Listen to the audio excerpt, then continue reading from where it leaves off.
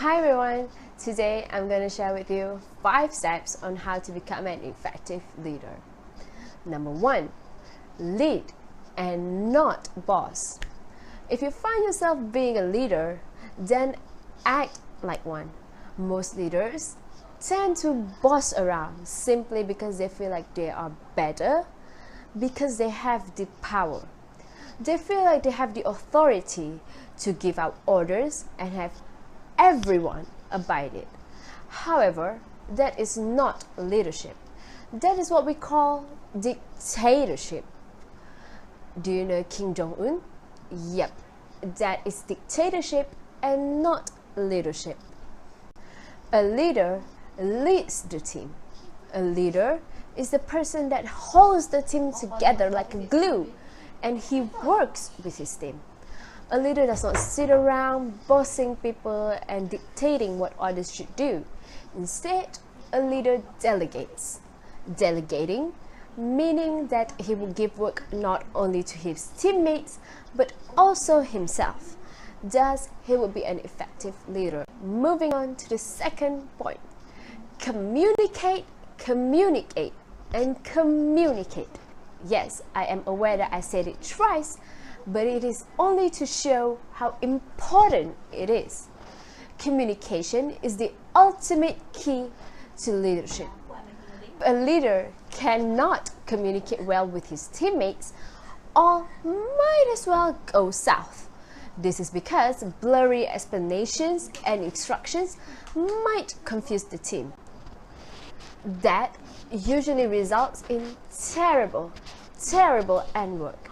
Miscommunication can cause you a lot, especially your reputation as a leader. This is because your reputation as a leader will be affected by the incomplete and messy outcome by your team. Now, if you find yourself realizing that your communication skills is not as compelling, you shouldn't worry. You can sharpen your skills by going to workshops or watching videos on YouTube related to this. Perhaps videos like TED Talk. Those videos really help. Number 3, learn to give and take. As a leader, you will always be the one giving. You will always be the one delegating tasks, voicing out opinions, and presenting a proposal. Most leaders don't realize this, but they need to start taking things. One of the most important things that they desperately need to start taking is the opinion of others.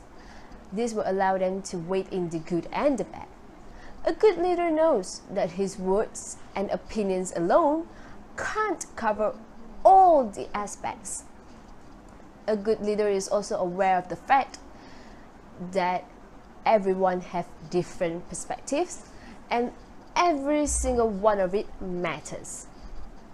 However, this give and take thing can only be practiced to a certain extent. Leaders must know their limits. This is so that they take in necessary amount and not cherry pick. Cherry picking will lead them to making bad decisions. Thus, they need to weigh in the good and the bad carefully, take in certain and necessary amount of others' opinions so that they can make the wisest and the best decision. Number 4, keep it professional. Separate your personal issues from your works. Leave those crying babies at home. Do not bring your family problems into work. Don't bring your marriage problems into workplace. Do not run your 9-to-5 routine with worries in your head unrelated to your work. That will only burden you as a leader. If you find yourself hiring your closest friends and family, remember to state from the very beginning that you mean business and business only, and they should understand that.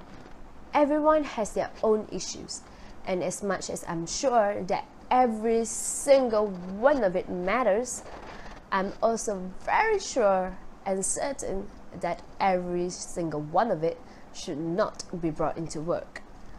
A perfect example of a leader that brings in his personal issues into work is President of United States, or known as POTUS. President Donald Trump allowed himself to be driven by his hatred and resentment towards people or issues he doesn't like. That makes him just as about the worst leaders in the world. Number 5, be responsible. There's a famous quote from Spider-Man: "With great power comes great responsibility." Sounds so familiar, right? That is a quote that is so famous, yet so many tend to forget it. Leaders must understand that with every decision that they make, there is a repercussion. Thus, they must see and think and look at an issue from every single aspect possible for them to know how to deal with the situation when an unwanted situation occurs. They must also take responsibility of their team. If someone in the team messes up, they must step up and say, "Yes, I admit it is my team's mistake and I am sorry for it." That is what a leader should do. A leader is not someone who's just there taking the front seat. Nope.